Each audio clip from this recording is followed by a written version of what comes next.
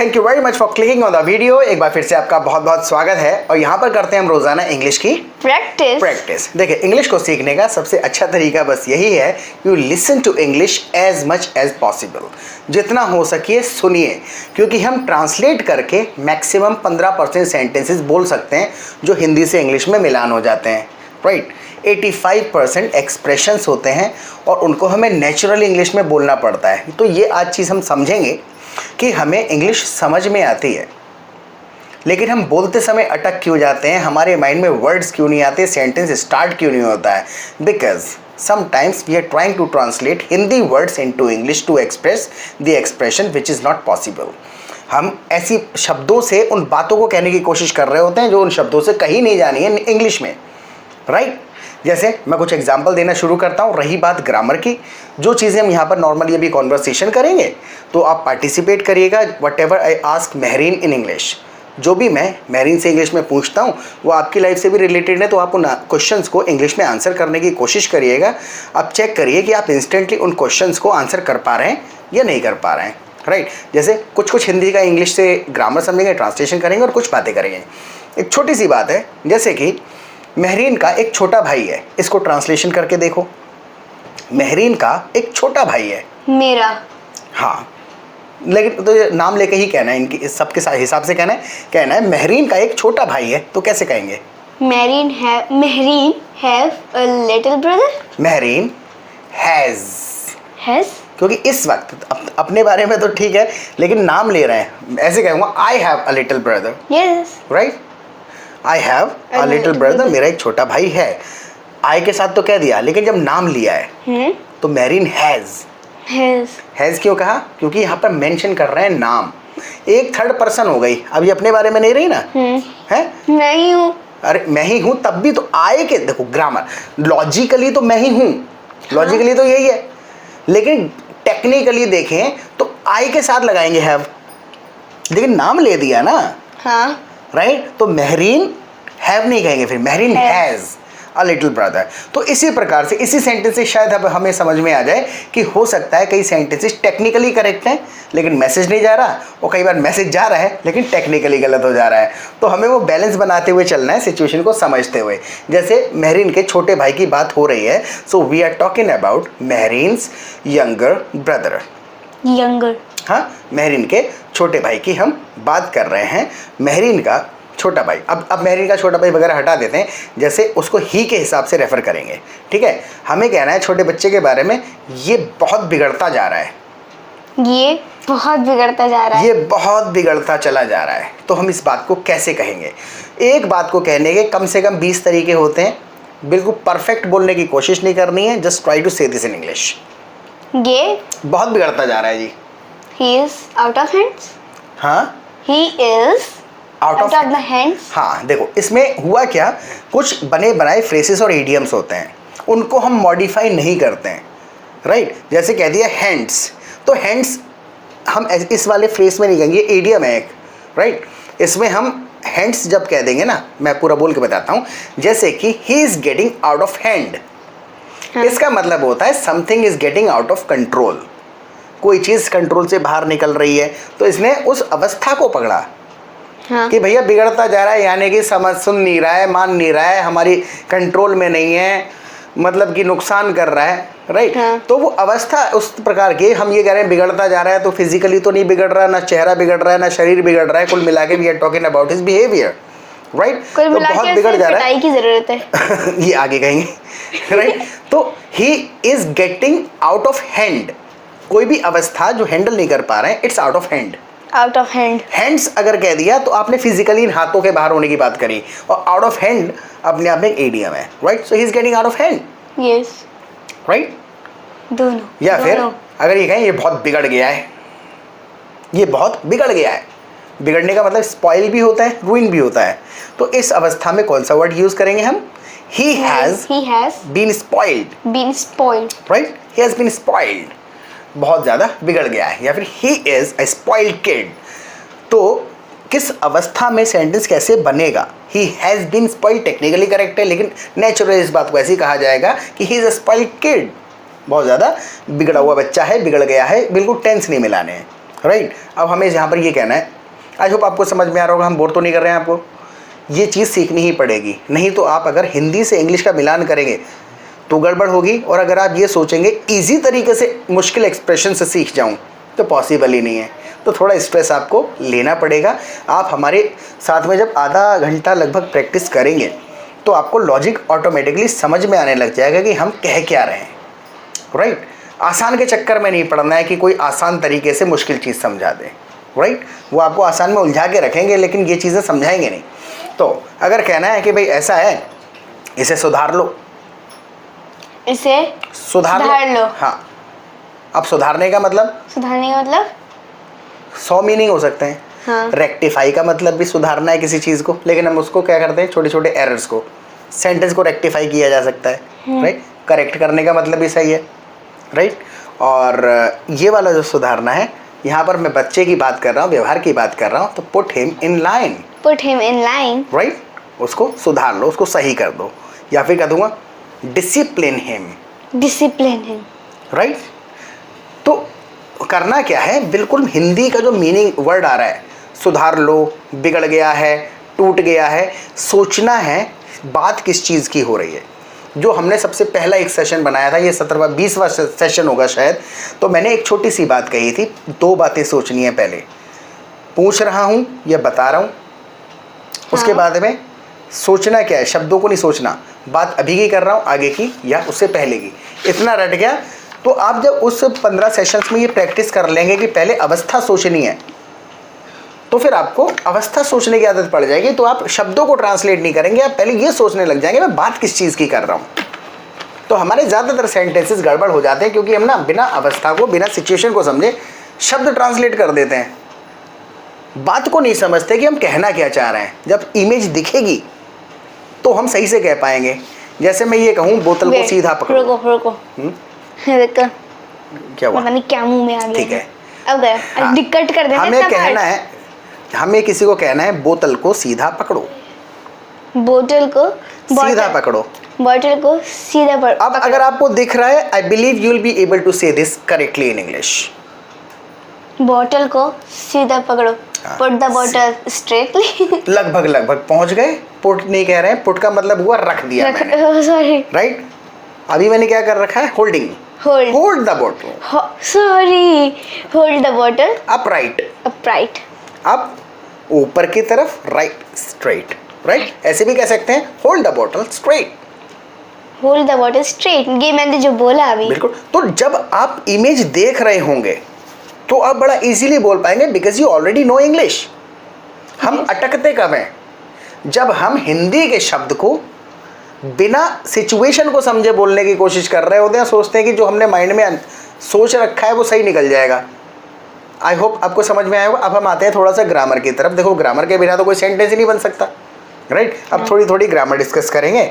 जैसे हम ये कहें कि मुझे पिज़्ज़ा खाने का मन कर रहा है, मुझे पिज़्ज़ा खाने का मन कर रहा है, मुझे पिज़्ज़ा खाने का मन कर रहा है, ये हिंदी गलत है अगर आप सच में देखें तो, मेरा, राइट। तो ये बहुत छोटा सा एक इसके अंदर एरर था, लेकिन ऐसे हमारे 90% हिंदी के सेंटेंसेस गलत हैं। तो जब तक आपकी ट्रांसलेशन की आदत नहीं छूटेगी तब तक आपकी इंग्लिश ही अच्छी नहीं होगी। तो ट्रांसलेशन नहीं करना है, just try to describe the situations in English, right. मेरा पिज़्ज़ा खाने का मन कर रहा है, कुछ भी अगर चीज़ करने का मन करता है तो, I want to eat pizza। देखो कितने तरीके से कह सकते हैं, I want to eat pizza, और I am craving a pizza. हाँ। क्रेविंग का मतलब, देखो इस क्रेविंग वाले वर्ड में प्रीपोजिशन कोई ग्रामर नहीं लगती। आई एम क्रेविंग, और जिस चीज़ का मन कर रहा है खाने का, I am craving a pizza. हाँ, I feel like eating a pizza. Feel like का मतलब भी है कुछ करने का मन कर रहा है, right. I feel like giving you hard slap, right. मैं पंच बना रहा हूँ, स्लैप कह रहा हूँ। हाँ, I feel like punching you, I feel like giving you a punch. मन कर रहा है एक मुक्का दूँ, राइट। आई फील लाइक, तो कुछ भी अगर करने का मन कर रहा है तो आई फील लाइक, राइट। या फिर I want to give you a punch, उससे दो, उसे नहीं दूंगा। ही इज अ वो वेरी, बिगड़ रहा है। हाँ, he is a very decent boy, मतलब बहुत डिसेंट बॉय है। डिसेंट क्या होता है? डिसेंट मतलब, अरे यार मेरीन, बिल्कुल डिसेंट मतलब डिसेंट होता है। बताओ ना। आप कमेंट में बताइएगा हिंदी डिसेंट का हिंदी मीनिंग होता है। डिसेंट मतलब बहुत अच्छा, सीधा साधा, प्यारा। ये हाँ सीरियसली। जैसे कहा ये, अब इसको कैसे कहें, ही कहेंगे या हिम कहेंगे? ही का मतलब तो होता है वह, हाँ। लेकिन इस अवस्था में कहेंगे हिम, राइट? तो ये सुन सुन के अवस्था में सुनेंगे। जैसे मैंने कहा he is a very decent boy, who him, तो हु ही नहीं कहेंगे, राइट? हाँ। तो ये कैसे समझ में आती हैं बातें? ये सुननी पड़ती हैं हमको, क्योंकि इनका ग्रामर से कोई लेना देना नहीं है, राइट? उसके सामने उसकी तारीफ मत करो, इतना आएगा बाद में। हाँ, उसके सामने उसकी तारीफ मत करो। देखो ये सामने वाला जो शब्द है, समझना है थोड़ा सा। आ गया। अब हम ऐसी प्रैक्टिस करते हैं। इसका ना फ़ायदा क्या होता है कि हमें सही पर्पस समझ में आता है, वर्ड का ट्रांसलेशन नहीं होगा, पर्पस समझिए। उसके सामने जब कहा तो हम यहाँ पर क्या कह रहे हैं? दो तीन तरीके से इस बात को एक्सप्रेस किया जा सकता है। सो डोंट एडमायर हिम। एडमायर मतलब नहीं, तारीफ करना। अच्छा ठीक। Don't admire him. हाँ, डोंट एडमायर हिम, उसकी तारीफ मत करो। हिम मतलब उसकी। हाँ। और अगर लड़की होती तो पता नहीं। Don't admire her. सॉरी। लड़की। हर और हिम में मैं कंफ्यूज हूँ। मुझे लगता है हिम लड़कियों के लिए लगता है। नहीं, हिम लड़का है, हर लड़की है। ठीक है। सुनने में हो सकता है हिंदी के शब्दों के हिसाब से हो। सो don't admire him when he is around. When he is around. Around मतलब आसपास। हाँ। लेकिन अगर बहुत स्ट्रेट और ज्यादा कंसाइजली कहें, कंसाइजली मतलब बिल्कुल डायरेक्टली, अच्छा, राइट, और जोर देके। So don't admire him to his face. To his face, ये टू सही हिज है। फेस यानी उसके मुंह पर। हाँ। है to his face, don't admire him to his face. जैसे कि ये बात उसके मुंह पे मत कहना। ये बात उसके मुंह पे मत कहना। मुंह पे कहना हिंदी का एक्सप्रेशन है, उसके मुंह पे चढ़ के थोड़ी कह रहे होते हैं। मुंह पे मतलब सामने, मुंह पे, मतलब उससे मत कहना डायरेक्ट, राइट? ये बात उसके मुंह पे मत कहना। So don't say this to his face. मुझे नहीं बोलने दिया। हाँ, बोल अब के तो आपने बोल ही दिया, फायदा क्या है? एक बार बोल के देख। हाँ, रिपीट करते चला करें साथ के साथ। सुन के लग सकता है आ गया समझ में, लेकिन अगर रिपीट नहीं करेंगे तो लगेगा, लेकिन आदत में नहीं आएगा। 2-3 बार रिपीट करा करो। Don't say this to his face, उसके मुंह पे मत कहना ये बात, राइट? मैंने तो नहीं कही उसके मुंह पे ये बात। I didn't say this. I didn't say this to his face. To his face. To him face, sorry. To his उसके मुंह पे। हाँ, सही बोल रहा था। I didn't say this to his face. अब एक क्वेश्चन पे आते हैं थोड़ा सा, ठीक है? मुश्किल से 35 ग्रामर के रूल है, ये मत सोचना ऐसे पता नहीं ऊट पटांग बीच बीच में से कहाँ से सीखते चलेंगे। 35 ग्रामर के रूल हैं। सिचुएशन में सुनेंगे तो ये समझ लीजिए कि आप हमारे 15 वीडियोस देखेंगे, पूरी ग्रामर कहीं ना कहीं आप डिस्कस कर चुके होंगे हमारे साथ में, ठीक है? क्वेश्चन करते हैं। जैसे मैं ये कहूँ कि भाई ऐसा है, क्या आपने खाना खाया? Did you eat breakfast, lunch, कुछ भी? Right? Did you eat food? Neutral, breakfast lunch हटा दिया हमने। Did you eat food? Okay. Right? अगर मैं पूछूं कि आपने खाना कब खाया? आपने खाना कब खाया? हाँ। टाइम पूछा? नहीं। टाइम कुछ भी बता दे, बिल्कुल मिलान नहीं करना है। आपने खाना कब खाया? हाँ। What time did you eat food? What time कह दिया? Did you eat food? Question वही है। Yeah? When did you eat food? ये भी कहा जा सकता है। Your sentence was absolutely correct, right? अब मान के चलें, क्या अयान ने खाना खाया? Yeah, अयान ने खाना खाया? हाँ। Ayan ate food. अयान पूरा सही से। अयान did. अरे did से ही स्टार्ट होगा ना क्वेश्चन। पुराना है। क्या अयान ने खाना खाया? Ayaan did food. Ayaan did eat food. did से क्वेश्चन है। हाँ। did Ayan eat food? अच्छा, did अयान eat food? हाँ। इसमें उल्टा था। अयान ने खाना कब खाया? What time हाँ। did Ayan eat food? Right? What time did Ayan eat food? हाँ। अयान ने क्या खाया?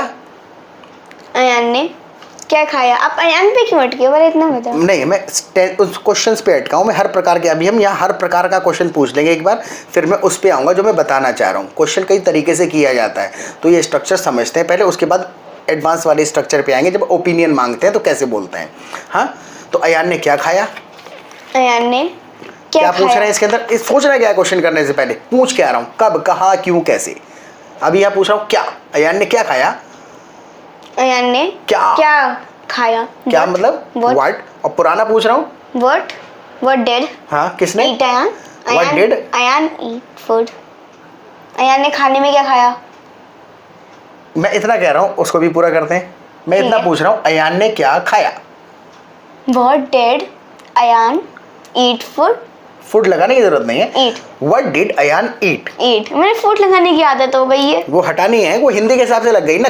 अयान ने खाने में क्या खाया, ये हिंदी का एक्सप्रेशन है, राइट? खाने में क्या खाया? देखो मैं पानी बाद में पीऊंगा।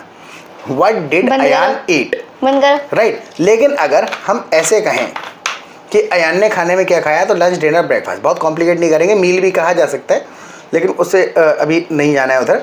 तो अयान ने लंच में क्या खाया, ब्रेकफास्ट में क्या खाया, डिनर में क्या खाया, तो कहेंगे what did Ayaan eat? What did Ayaan eat for breakfast? For breakfast, for lunch, for dinner. For लगा देते हैं, राइट? तो वो छोटे छोटे स्ट्रक्चर जो सीखते जा रहे हैं, उनको आदत में डालते चलना है। जब मैं याद दिलाऊंगा तो she will be able to say any sentence in English, but when it comes to speaking in English continuously, then she gets stuck sometimes, right? तो कभी कभी अटक जाते हैं, क्योंकि उस वक्त ना जल्दी बोलना पड़ता है, ट्रांसलेशन करना आसान है, राइट? अब देखो, ये इस प्रकार का क्वेश्चन हुआ। मान के चलो कि अयान को नाश्ते में क्या पसंद है, पूछना है। अयान को नाश्ते में क्या पसंद है? मेन क्या है इसके अंदर? अयान पूछ रहे क्या? व्हाट? हाँ, व्हाट लाइक? अकेला बंदा कुछ करता है तो क्या लगाते हैं? एस। और क्वेश्चन है तो व्हाट डज लाइक? कौन? What does Ayaan? हाँ, लाइक की जगह डज भूल गई थी। What does Ayaan for breakfast? Like for breakfast. Ayaan को नाश्ते में क्या पसंद है? ब्रेकफास्ट ही बोला ना आपने। हाँ, what does Ayaan like for breakfast? बताना है। अयान को नाश्ते में 2 तमाचे पसंद है before he goes to school every day. अच्छा, फिर लंच में क्या पसंद है? पहले ब्रेकफास्ट की तो बात कर ले। लंच में तो मैडम भी लंच खिलाती है स्कूल में, उसके बाद घर आके भी खाता है। तो अयान को नाश्ते में 2 तमाचे पसंद है। अब ये तो तमाचे उन्हें कैसे बोलूं? स्लैप। अच्छा, ये वो तो उल्टे सीधा बोल दिया हमने। अयान को नाश्ते में 2 तमाचे पसंद है। अयान लाइक? हाँ, लाइक नहीं, अकेला बंदा कुछ करता है तो अयान लाइक्स क्या पसंद है? Ayaan likes 2 slaps for breakfast. और वो रोज खाता है।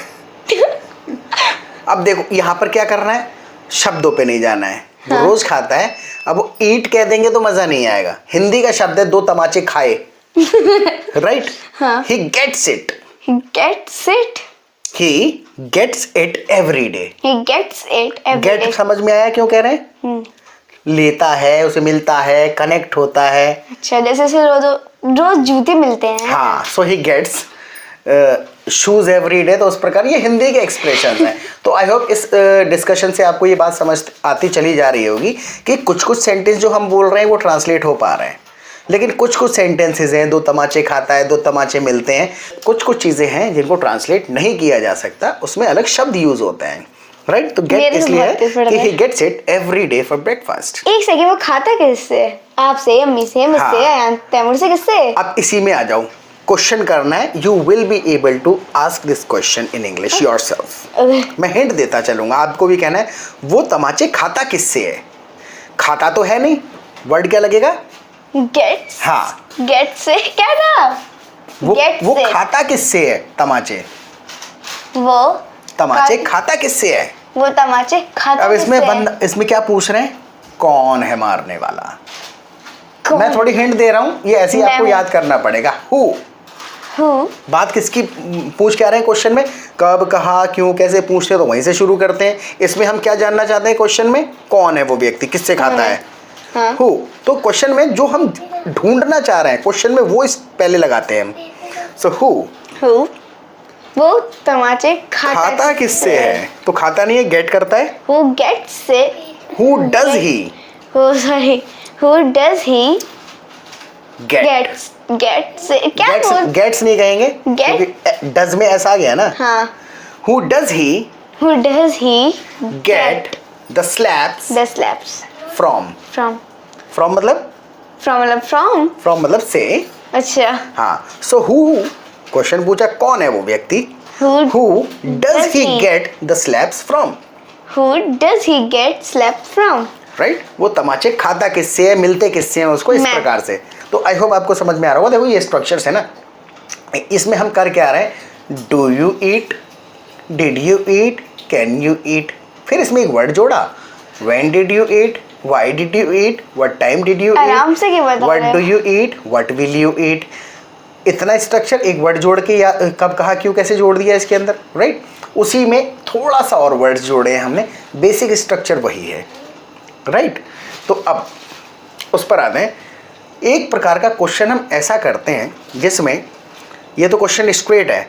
हाँ. कि did you eat, did you go to school, will you go to school, do you like me, why don't you like me. ये स्ट्रेट क्वेश्चंस हैं. कई बार हम किसी का ओपिनियन मांगते हैं. बस क्वेश्चन करने से पहले माइंड में आना क्या चाहिए, ये अलग स्ट्रक्चर है कि मैं डायरेक्ट क्वेश्चन कर रहा हूँ या सामने वाले का ओपिनियन मांग रहा हूँ. ओपिनियन. जैसे इस ओपिनियन वाले क्वेश्चंस में क्या होता है, ओपिनियन क्या होता है ये पूछो. ओपिनियन मतलब राय. अच्छा ठीक है. तो इसमें आपके माइंड में क्वेश्चन करने से पहले आना चाहिए कि मैं सामने वाले से स्ट्रेट क्वेश्चन कर रहा हूँ या राय मांग रहा हूँ. बताएं. जैसे मैं ये पूछूं, आपको क्या लगता है, आपको क्या लगता है, क्या बारिश होगी. इसमें क्वेश्चन हो गए दो. लग रहा है सुनने में दो. तो इस हाँ. बात को कैसे कहेंगे, दोनों तरीके से कहा जा सकता है. एक थोड़ा सा अननेचुरल तरीका है, दो सेंटेंस छोटे छोटे बोल सकता हूँ. आपको क्या लगता है, आपको क्या लगता है, What do you think? और पूछें क्या बारिश होगी, What do you think it is rain? क्या बारिश होगी. क्वेश्चन कर रहे हैं मैं, रेन. What अच्छा do you, बता के देख, बारिश होगी कैसे कहेंगे, बारिश होगी, it will rain. It will rain. और क्वेश्चन करते समय उल्टी इंग्लिश. उल्टी इंग्लिश तो will it हो जाएगा. हाँ विल इट रेन इसका मतलब हुआ क्या बारिश होगी. विल इट रेन का मतलब हुआ क्या बारिश होगी. अब दो सेंटेंस पूछने किसी से, आपको क्या लगता है क्या बारिश होगी, What do you think it will rain? Will it rain. Will it rain? Right ये एक सही तरीका नहीं है. कैसे? हिंदी के हिसाब से तो सही मैच कर गया. हाँ. कि आपको क्या लगता है, what do you think, will it rain, क्या बारिश होगी. हाँ. लेकिन ये सही नहीं है इंग्लिश कैसे? में. तो आपको सोचना क्या है पहले, कि आप डायरेक्ट क्वेश्चन नहीं कर रहे हैं, हम यहाँ पर ओपिनियन मांग रहे हैं किसी का. तो इसको कहते हैं हम डू यू थिंक. ये हर किसी में आएगा क्योंकि ओपिनियन राय मांग रहे हैं ना किसी की. हाँ. आपको क्या लगता है कि बारिश होगी, तो राय मांग रहे नहीं. हैं. तो मैं पहले कह दूंगा do you think, Do you think? और आगे जो भले क्वेश्चन है तो मैं उसको उल्टी इंग्लिश नहीं करूंगा. तो do you think it will rain, उल्टी इंग्लिश क्यों नहीं करेंगे, क्योंकि डू यू थिंक में पहले उल्टी कर ली. तो पहले वाला स्ट्रक्चर देखो, दो चार और बुलवाता हूँ, शायद आप भी कंफ्यूज हुए होंगे. दो चार और बुलवाता हूँ. तो आपको माइंड में क्या लाना है कि अगर आप किसी से बिल्कुल स्ट्रेट क्वेश्चन कर रहे हैं तो आप नॉर्मल क्वेश्चन करेंगे. लेकिन कोई ऐसा क्वेश्चन जो जिसमें आप किसी का ओपिनियन मांग रहे हैं किसी विषय में, तो हम वहाँ हिंदी में दो क्वेश्चंस कहते हैं. जैसे ये कहूँ, आपको क्या लगता है क्या वो आएगा. दो क्वेश्चन जैसे लग रहा है, जैसे हमने किसी को पार्टी में बुला रखा है हैं. अब मैं से कोई नहीं जाऊँ, तो मैं क्या लगता है क्या इरम आ जाएगी. Do you think हाँ Iram will come? स्ट्रक्चर ठीक हो गया. राइट तो डू यू थिंक कहने के बाद में फिर भले क्वेश्चन है उसको क्वेश्चन जैसा नहीं स्ट्रक्चर करेंगे, क्योंकि डू यू थिंक में ऑलरेडी क्वेश्चन कर दिया. Yes. तो माइंड में लाना है, ओपिनियन पूछ रहा हूं तो डू यू थिंक के बाद स्टेटमेंट कह दूंगा direct, do you think Iram will come. Right मुझे अगर नहीं लगता. अगर मैं ओपिनियन नहीं मांग रहा हूं, सिंपल पूछूं, ऐसे पूछना है क्या इरम आएगी, Will Iram come? ये डायरेक्ट क्वेश्चन हो गया. हाँ. राइट लेकिन अगर मैं ओपिनियन के साथ कहूंगा क्या आपको लगता है इरम आएगी, Do you think Iram will come? Iram will come. I hope समझ में आएगा दोनों तरीके के क्वेश्चन में. हाँ. एक नॉर्मल क्वेश्चन करेंगे तो क्वेश्चन है ये, उल्टी कर देनी है. उल्टी बोलते ही हैं हम इंग्लिश क्वेश्चन करते समय. लेकिन अगर किसी से ये सेंटेंस जोड़ के कहना है कि आपको क्या लगता है, तो सीधी इंग्लिश. तो डू यू थिंक के बाद सीधी इंग्लिश बोल देंगे. राइट। आई होप आपको समझ में आ गया होगा। तो 2 प्रकार का है, तो इसमें ना हमें पहले अवस्थाएं सोचनी पड़ती हैं इंग्लिश में बोलने के लिए। इसी को कहते हैं how to think in English. English में सोचना क्या है, यही है कि आप हिंदी ना सोचें, अवस्था सोचें कि पूछ रहा हूँ या बता रहा हूँ, बात आगे की कर रहा हूँ, पहले की कर रहा हूँ, या आगे की पहले की, या अभी की कर रहा हूँ राइट। या फिर ओपिनियन मांग रहा हूँ, ये डायरेक्ट क्वेश्चन कर रहा हूँ, या डर जता रहा हूँ। जैसे ये कहना पड़ जाए कि भाई ऐसा है, मुझे बड़ा डर लग रहा है, इतना कहना है, मुझे डर लग रहा है। अब लग तो चोट नहीं लग रही है, राइट। हाँ, तो ये ऐसे सेंटेंसेस हैं। 300 सिचुएशंस रट लेनी है। 300 बने बनाए स्ट्रक्चर्स होते हैं और 35 होते हैं ग्रामर के रूल। सारे ढूंढ लो तब भी 35 से ऊपर 36वां कहीं मिल जाएगा ना, तो समझ लेना कि वो कहीं बाहर से आया है, होता ही नहीं है। और ये समझने में सीखने में महीना नहीं लगना चाहिए, बस आदत डालने में थोड़ा समय लग जाता है, 15-20 दिन एक्स्ट्रा। तो 2 महीने are more than enough to become fluent at speaking English. अगर आप बहुत स्लो लर्नर हैं तो 2 महीने लगेंगे, वरना बहुत जल्दी आदत में आ जाता है। और उसके लिए एक चीज़ बता दूं मैं आपको, अगर आपके पास में माहौल नहीं है, प्रैक्टिस करने के लिए पार्टनर्स नहीं है, तो आप हमारा प्रैक्टिस ग्रुप और लाइव क्लासेस ज्वाइन कर सकते हैं। उसका सबसे बड़ा फ़ायदा क्या है, हमारे प्रैक्टिस ग्रुप में पूरा दिन कॉन्वर्सेशन चलती रहती है, चैटिंग कर सकते हैं, फ़ोन पे बात करते रहते हैं लोग आपस में। एक कॉन्फ्रेंस कॉल का ऑप्शन होता है, तो जब आप हमारे ग्रुप में ज्वाइन होंगे तो कोई भी व्यक्ति कॉन्फ्रेंस कॉल स्टार्ट करता है, जो लोग फ्री होते हैं ग्रुप में वो उस कॉन्फ्रेंस कॉल को ज्वाइन करके किसी भी टॉपिक पे बात करने लग जाते हैं। जैसे हमारी वीडियो अपलोड होगी अभी, तो उसको देख करके उससे रिलेटेड कुछ लोग डिस्कशन करेंगे, सेंटेंसेस बनाएंगे, एक दूसरे से पूछेंगे how are you, do you think today's video was fruitful, right. अब ऐसे किसी ने पूछ लिया क्या आपको लगता है आज की वीडियो अच्छी थी, कैसे पूछेगा, do you think today's video was fruitful, तो सामने वाला कहेगा या आई फाउंड इट फ्रूटफुल, मुझे अच्छी लगी, मुझे लगा कि हाँ भाई देखने लायक थी। तो जब आपसे कोई रियल टाइम में पूछेगा तो आप रिस्पॉन्ड करेंगे, तो आपको पता चलेगा आपको कितना आता है कितना नहीं आता। अकेले प्रैक्टिस करेंगे, शीशे के सामने खड़े हो जाएंगे, वही सेंटेंस सोचेंगे जो आपको आता है। अकेले प्रैक्टिस करने से आपको कंपटीशन करने की पता ही नहीं चलेगा। अकेले आप नेट में खेल रहे हैं, आपको क्या पता है बॉल कैसी फेंकेगा जब आप फील्ड पे जाएंगे तो, राइट। तो यहाँ पे रियल टाइम में आप प्रैक्टिस कर सकते हैं, जब चाहें जितनी चाहें। उसके बाद लाइव 2 बार हमारी लाइव सेशन होते हैं, एक बार दोपहर को, एक बार रात को। तो जो प्रैक्टिस के दौरान कन्फ्यूजन होता है, कोई ग्रामर समझ नहीं आई, कोई सेंटेंस नहीं बना, लाइव सेशन में आइए, अपने डाउट्स क्लियर करिए, फिर प्रैक्टिस करिए। तो यहाँ पे लर्निंग प्लस प्रैक्टिस दोनों चीज़ें मिल जाएंगी बहुत ही सस्ते में। और प्रैक्टिस करना बहुत ज़्यादा ज़रूरी है, वरना आप सुनते रहेंगे तो आप सुनने में तो अच्छे होते रहेंगे, but if you want to speak in English then you need to develop the habit of speaking English, right. और वो कैसे पड़ेगी, ओनली बाय स्पीकिंग, बोल के पड़ेगी आदत। जो हम करेंगे उसी की तो आदत पड़ेगी। तो आप सुनने से ज़्यादा बोलने पे ध्यान दीजिए।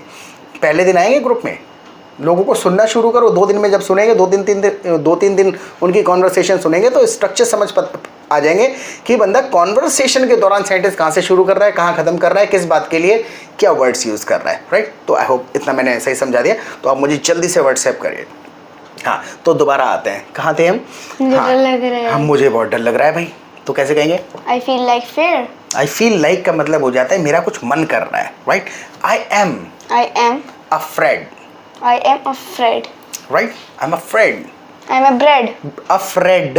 Bread नहीं। नाम बिगाड़ रही थी बस, फ्रेड मुझे पता है। अगर ये कहें उसने ये जानबूझ के कहा, जानबूझ के यानी deliberately. Right? She said it deliberately. जानबूझ के कहा। तो बहुत सारी अवस्थाएं ऐसी हैं जो उनमें ग्रामर ही नहीं चलती है, राइट। जैसे कुछ सेंटेंस बोलने की कोशिश करते हैं, जान लेंगे तो अच्छा रहेगा, और रिपीट करेंगे, it will be even better, और अच्छा रहेगा, राइट। जैसे कि मुझे डर लग रहा है, तो हम हमेशा इसमें अवस्था बताते हैं, आई एम स्कैर्ड भी कह सकते हैं। हाँ। दोनों का मतलब है डरा हुआ हूँ, डर लग रहा है, राइट। मैं बोर हो गया, किसी में कह रहे हैं लग रहा है, किसी में कह रहे हैं गया, कुछ नहीं मिलाना है, अवस्था बता रहा है, आई एम बोर्ड, राइट। किसी में कहना है कि मैं थक गया हूँ, आई एम टायर्ड। ये कुछ वर्ड्स, कुछ चीजें ऐसी हैं जिनमें हम कोई एक्शन नहीं कर रहे हैं। इन तीनों में लॉजिकली देखें तो हम अवस्था बता रहे हैं, राइट। इसीलिए एम लगा करके थर्ड फॉर्म बता रहे हैं। थर्ड फॉर्म का मतलब क्या होता है? फाइनल। कोई भी चीज फाइनल। थर्ड फॉर्म का मतलब होता है थर्ड फॉर्म, राइट। कहाँ से सीखा? यूट्यूब?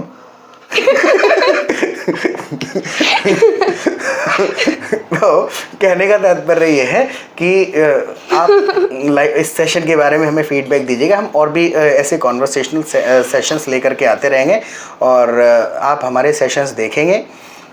50 सेशन बहुत ज़्यादा हो जाएंगे, 30 सेशन देख लेंगे ना। 30 सेशंस के बाद आप कोई भी चीज़ कमेंट में लिख दीजिएगा कि भाई साहब ये वाली चीज़ जो थी इंग्लिश से रिलेटेड आपने 30 दिनों में मिस कर दी, इस बात पे डिस्कशन नहीं हुआ, राइट। तो अगर सब्सक्राइब नहीं किया तो सब्सक्राइब कर लीजिएगा, लाइक नहीं किया है तो वीडियो को लाइक करिएगा। और बहुत जल्दी मिलेंगे एक नए सेशन के साथ। शाम को या 4-5 घंटे बाद दोबारा एक वीडियो अपलोड करते हैं। Till then take care of yourself, bye bye.